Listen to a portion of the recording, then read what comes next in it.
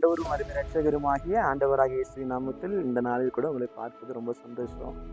வேத வசனம் இப்படியாக சொல்லுகிறது. நீதிமொழிகளின் புஸ்தகம் 12வது அதிகாரத்துல 11வது வசனம். தன் நிலத்தை பயிரிடுகிறவன் ஆகாரத்தினால் திருப்தி அடைவான், வீணரை பின்பற்றுகிறவனோ மதியற்றவன். வீணரை பின்பற்றுகிறவனோ மதியற்றவன். எனக்கு அன்பானவர்களே, ஆண்டவர் என்ன சொல்லுகிறார் வேதாகமத்துல? ஒருத்தன் வீணான மனுஷனை பின்பற்றினால் அவன் மதியற்றவன். அப்ப ஆண்டவர் என்ன சொல்கிறார்? ஒருவன் என்னை பின்பற்றி வர விரும்பினால் அவன் தன்னைத்தானே வெறுத்து தன் சிலுவையை எடுத்துக்கொண்டு நடக்கணும். பைபிள்ல 2 ஃபாலோ இருக்கு. ஒரு ஃபாலோ வீணரை பின்பற்றுகிறவன், இன்னொரு ஃபாலோ இயேசுவை பின்பற்றுகிறவன்.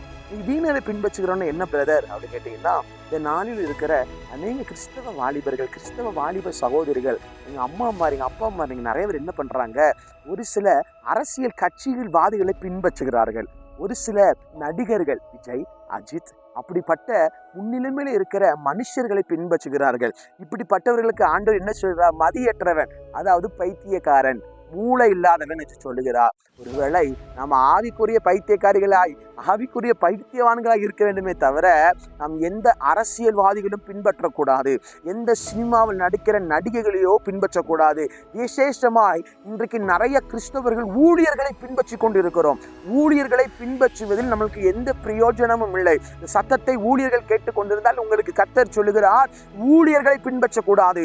அந்த ஊழியர்களை உருவாக்கி அபிஷேகத்தை பயன்படுத்துகிற உன்னதமான ராஜாதி ராஜாவாகிய கர்த்தாதி கர்த்தாவும் ஏக சக்கராதிபதியும் இயேசுவை நம்ம பின்பற்றணும். இன்னைக்கு நிறைய பேர் பார்த்தா வீணான மனுஷர்களை பின்பற்றி கொண்டிருக்கிறார்கள். அவர்களுக்கு பைபிள் சொல்கிற வார்த்தை மதியற்றவன். மதினா ஞானம், அற்றவனா இல்ல, ஞானம் இல்லாதவன். அப்ப நம்ம ஒரு பாஷையில சொன்னா அவன் பைத்தியக்காரன், அவன் பைத்தியக்காரன். தேவ பிள்ளையே, சத்தத்தை கேட்டுக்கொண்டிருக்கிற எனக்கு அன்பையான இயேசுடைய பிள்ளையே, நம் யாரை பின்பற்றி கொண்டிருக்கிறோம்?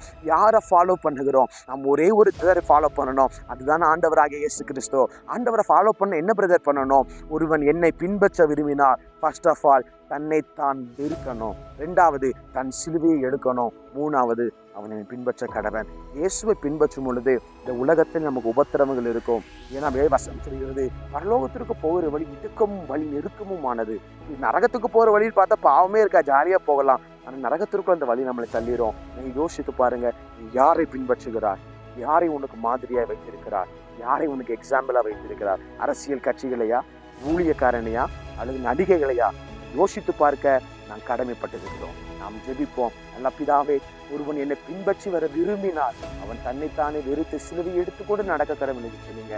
நாங்கள் உங்களை பின்பற்ற விரும்புகிறோம். மனுஷனை வீணானவனை பின்பற்றுகிறவன் மதியற்றவன், வீணரை பின்பற்றுகிறவன் மதியற்றவன் என்று நாங்கள் பார்க்கிறோம். மனுஷன் நாங்கள் பின்பற்றாமல் நாங்கள் கர்த்தரை பின்பற்ற கர்த்தருடைய ஆவியானவர்களுக்கு உதவி பண்ணும்படியா நாங்கள் ஜெபிக்கிறோம். இயேசுவின் நாமத்தில் நல்ல பிதாவே, ஆமென். இப்போ எல்லாத்தையும் அன்ஃபாலோ பண்ணிருங்க, இயேசுவை ஃபாலோ பண்ணுங்க. கர்த்தர் உங்களை ஆசீர்வதிப்பாராக. ஆமென்.